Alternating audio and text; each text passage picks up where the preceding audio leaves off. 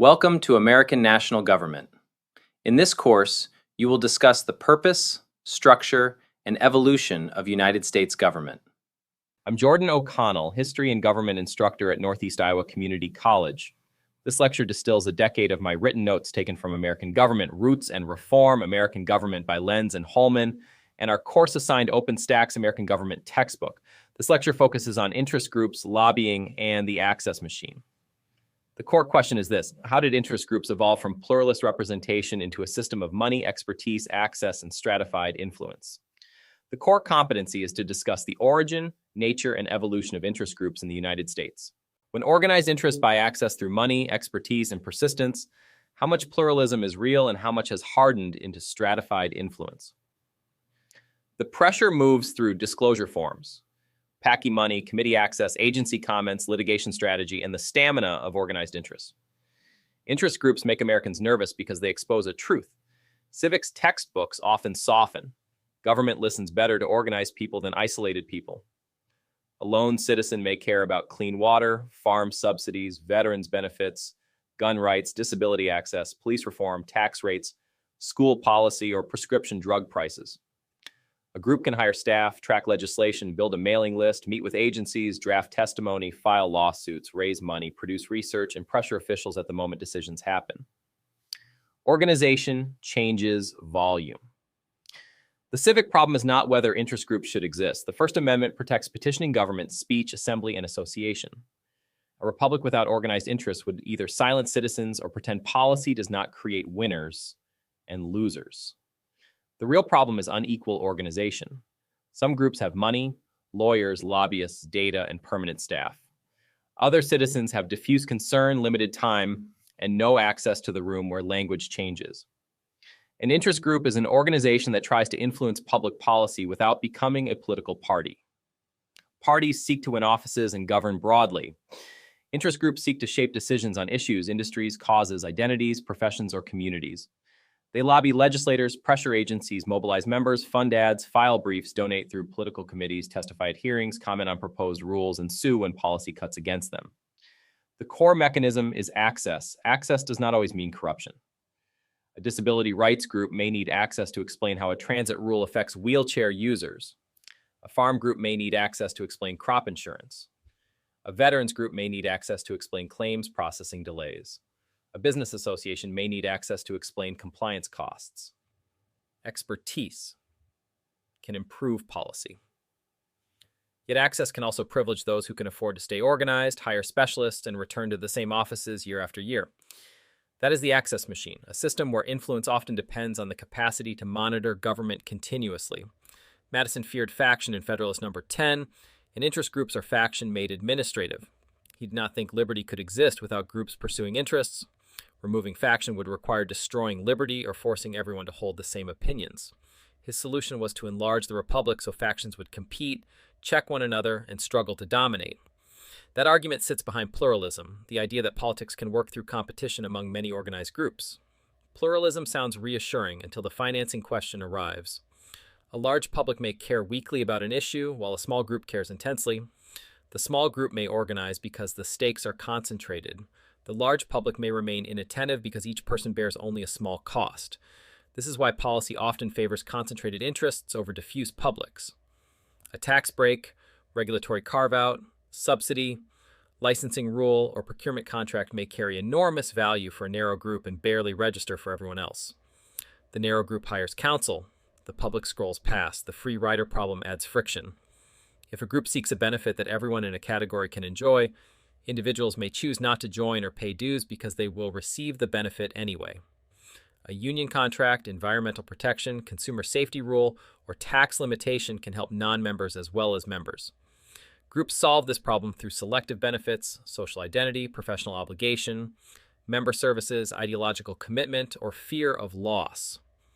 Organization is not automatic. It requires money, reminders, meetings, software, staff, dues, leadership, and trust.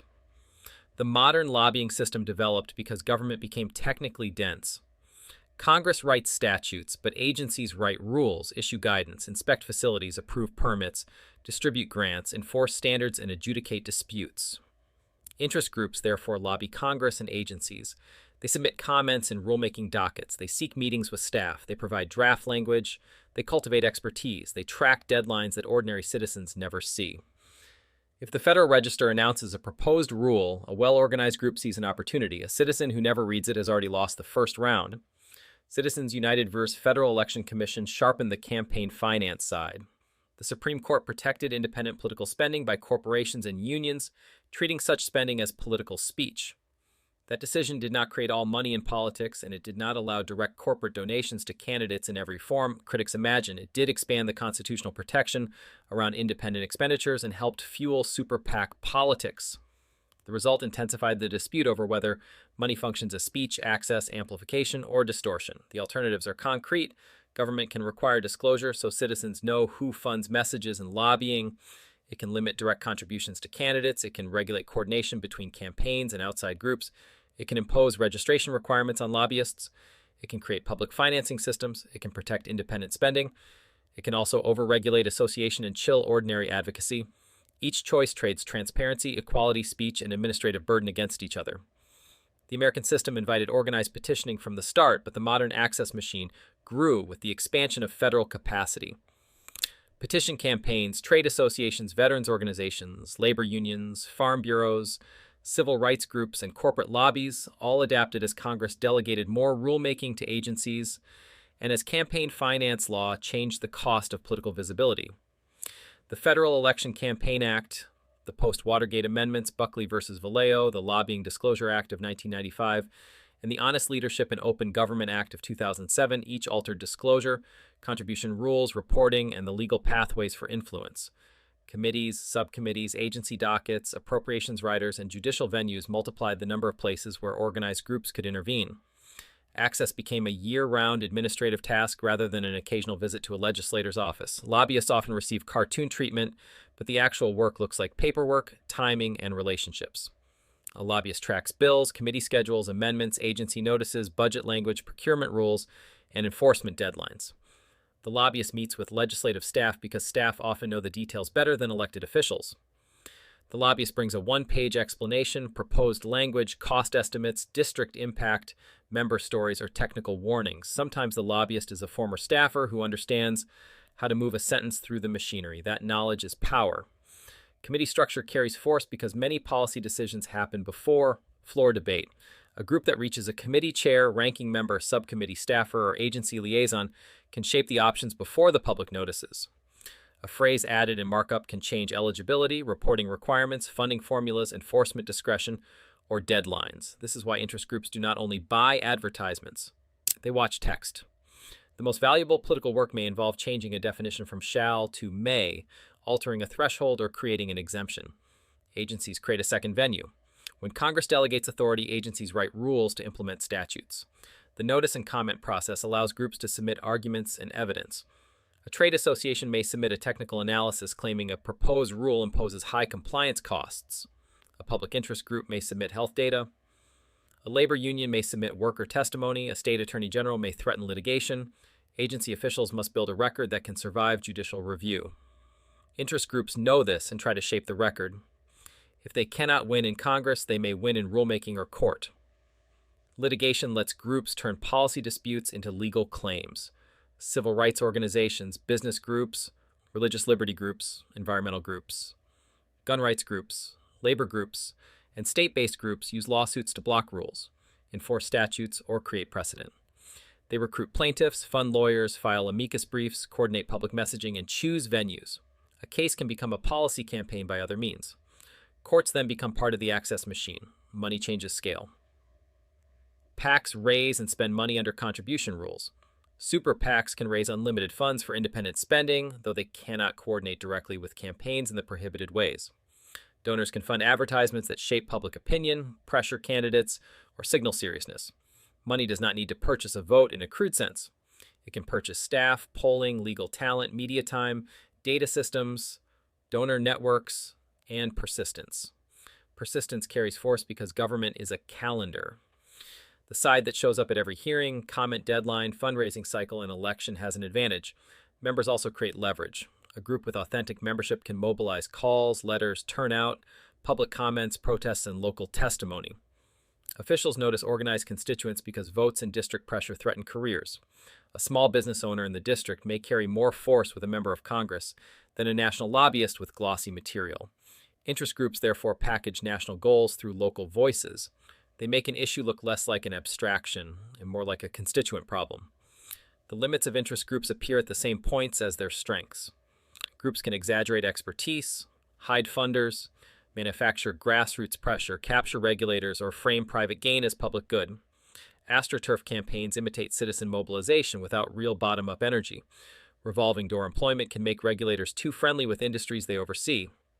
Iron triangles can form when agencies, congressional committees, and interest groups develop stable relationships around a policy area. Stability can produce expertise. It can also produce insulation from public accountability. Citizens United gives the source tension its sharpest edge because it binds speech, association, money, and inequality into one constitutional fight. Justice Kennedy's majority opinion treated independent political spending as protected expression. The constitutional instinct is not absurd. Political speech often requires money.